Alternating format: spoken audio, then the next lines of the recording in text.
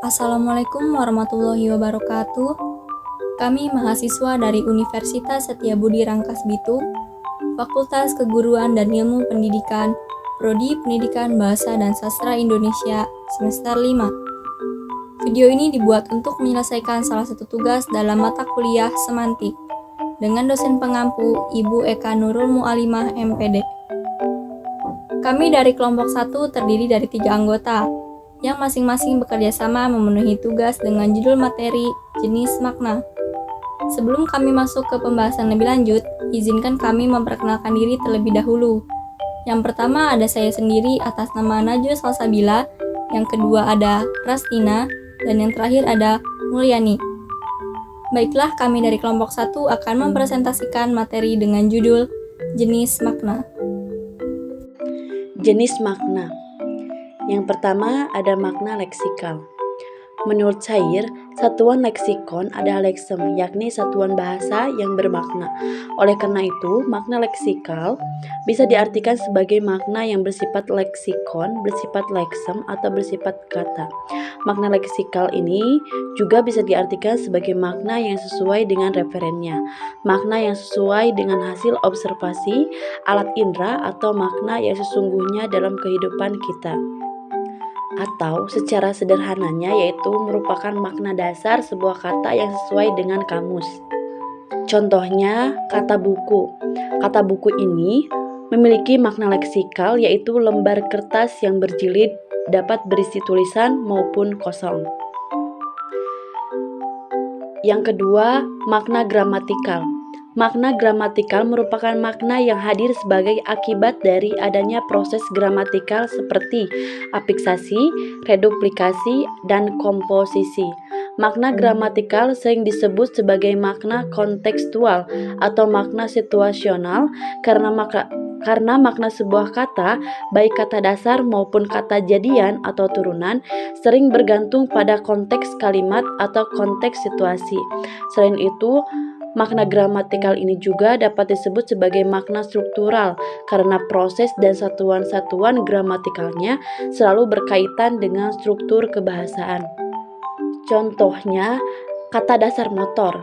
Kata dasar motor mengalami proses afiksasi, prefiks yaitu penambahan ber sehingga menjadi bermotor, yaitu karena adanya proses gramatikal afiksasi yang mempunyai makna gramatikal sedang mengendarai motor. Yang ketiga, ada makna referensial. Makna referensial adalah makna kata yang didasari oleh referensi atau acuan dari sebuah kata dalam kondisi yang sebenarnya.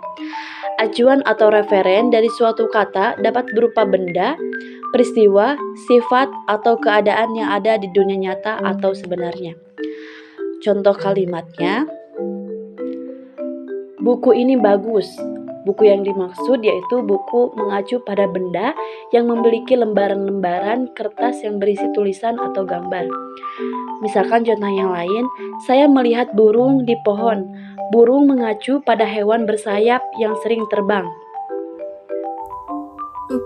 Makna non-referensial. Makna non-referensial atau makna non-referensi merupakan makna yang tidak memiliki referensi. Kata yang termasuk ke dalam non-referensial diantaranya yaitu kata sambung, preposisi, dan kata dieksis, kata yang mengacu kepada persona, waktu, dan tempat suatu tuturan. Contohnya, guru menasehati semua siswanya. Tekunlah dalam menuntut ilmu, tapi jangan pernah lupa akan ibadah kalian. Pergilah kalian dari sini, jangan mengamen di tempat ini lagi. Aku sangat tidak suka, ujar Lala. Coba perhatikan kata kalian pada kedua kalimat tersebut. Meski sama, tapi keduanya memiliki acuan berbeda, maka dari itu disebut non-referensial. Pada kalimat pertama, kalian mengacu pada siswa, sedangkan pada kalimat kedua, kalian mengacu pada suara pengamen. 5. Makna denotatif. Menurut KBBI, denotatif adalah makna kata yang lugas dan bersifat objektif. Kalimat denotatif adalah kalimat menggambarkan makna secara konkret dan sesuai dengan arti sebenarnya. Dalam konteks kalimat denotatif, kata-kata digunakan secara langsung dan sesuai dengan arti yang tercantum dalam kamus atau pengertian umum yang diterima. Tujuan utama kalimat denotatif adalah untuk mengkomunikasikan fakta, informasi, atau pernyataan yang jelas dan tidak ambigu. Contohnya, meski dilarang ibu, adik tetap saja bermain api di pekarangan rumah. Setelah tamu pulang, Arini membantu ibunya menggulung tikar dan menyimpannya di dalam gudang. Dalam komunikasi sehari-hari, kalimat denotatif sering digunakan dalam situasi yang membutuhkan kejelasan dan ketepatan, seperti dalam laporan, artikel ilmiah, instruksi, atau pemberitaan berita. Dengan menggunakan kalimat denotatif, kita dapat menyampaikan pesan secara langsung dan tanpa penafsiran yang membingungkan. Fungsi makna denotatif. Kalimat denotatif berfungsi agar pembaca bisa memahami pesan tanpa keraguan. Makna denotatif adalah makna yang sebenarnya, lugas, dan tidak ambigu karena diperoleh dari tangkapan panca indera kita. Itu sebabnya kalimat denotatif sangat diperlukan untuk meminimalisir penafsiran yang subjektif. Misalnya, saat kita menyebutkan meja hijau, artinya meja tersebut memang berwarna hijau, bukan meja hijau pengadilan. Kalimat denotasi memberikan analisis yang kuat dalam diskusi dan penyampaian informasi secara objektif. Dalam konteks akademik, ilmiah, atau hukum, kalimat denotatif digunakan untuk menyampaikan temuan atau argumen yang dapat diuji kebenarannya. 6. Makna konotatif. Menurut KBBI, konotatif adalah tautan pikiran yang menimbulkan nilai rasa pada diri seseorang ketika ia sedang berhadapan dengan sebuah kata. Nah, sederhananya, kalimat konotatif adalah kalimat yang memiliki makna tambahan yang melampaui arti harfiah yang tercantum dalam kamus. Konotatif dapat terbentuk kata sifat, adjektif, atau kata benda, nomina. Penggunaan kalimat konotatif dapat membangun nuansa atau emosi tertentu. Misalnya kata malaikat memiliki konotasi positif sebagai sosok yang baik atau pelindung. Sebaliknya, kata setan memiliki konotasi negatif sebagai sosok jahat atau pengganggu. Konotasi ini dapat mempengaruhi cara orang memahami dan merespon pesan yang disampaikan. Contoh, Renata mempunyai sifat seperti malaikat. Artinya Renata adalah seseorang yang memiliki hati tulus, lembut, dan menjadi pelindung bagi orang di sekitarnya. Namun perlu diingat bahwa penggunaan kalimat konotasi harus memperhatikan konteks dan audiens. Makna yang diungkapkan melalui konotasi harus sesuai dengan tujuan komunikasi, tidak menimbulkan kesalahpahaman atau konotasi yang tidak diinginkan. Fungsi makna konotatif. Kalimat yang mengandung kata konotatif sering kita jumpai pada karya sastra seperti novel, puisi, dan cerita pendek. Konotatif bertujuan menghidupkan suasana, mengekspresikan perasaan, serta menyampaikan pesan dengan lebih kreatif. Selain itu, kalimat konotatif juga berfungsi sebagai penghalus untuk mengungkapkan hal negatif.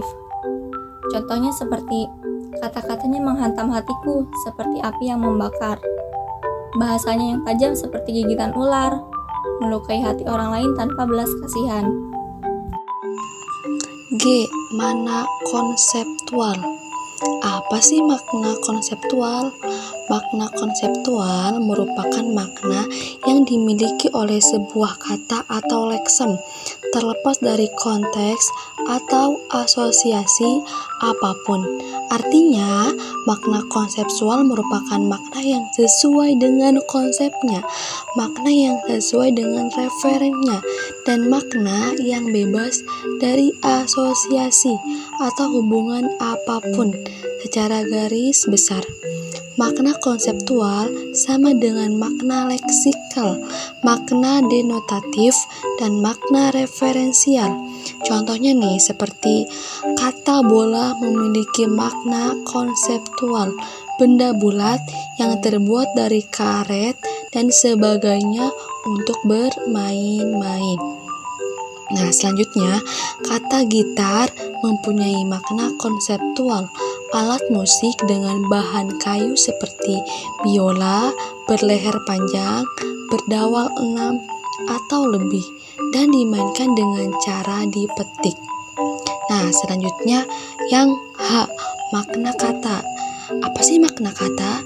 Setiap leksem atau kata mempunyai makna awalnya. Makna yang dimiliki sebuah kata adalah makna leksikal, makna konseptual atau makna denotatif. Dalam penggunaan makna kata tersebut akan menjadi jelas jika kata tersebut berada di dalam konteks kalimatnya atau konteks situasinya. Nih contohnya nih seperti yang pertama, menutup mata. Kakak menutup mata karena matanya terkena debu. Kakek menutup mata kemarin sore. Lanjut yang I, makna istilah. Makna istilah itu seperti apa sih? Makna istilah mempunyai makna jelas, pasti dan tidak meragukan. Walaupun tanpa konteks kalimat, ketetapan dan kepastian istilah hanya digunakan di bidang kegiatan atau keilmuan tertentu. Sering dikatakan bahwa istilah itu bebas konteks, sedangkan kata tidak bebas konteks. Nih, contohnya seperti gitaris. Kenapa seperti gitaris? Ketika Anton sudah besar, ia akan menjadi seorang gitaris. Dalam bidang musik, istilah gitaris itu apa sih? Istilah gitaris itu merupakan orang yang terampil dalam memainkan gitar tersebut. Cukup sekian yang dapat kelompok kami sampaikan. Kurang lebihnya mohon dimaafkan. Terima kasih. Wassalamualaikum warahmatullahi wabarakatuh.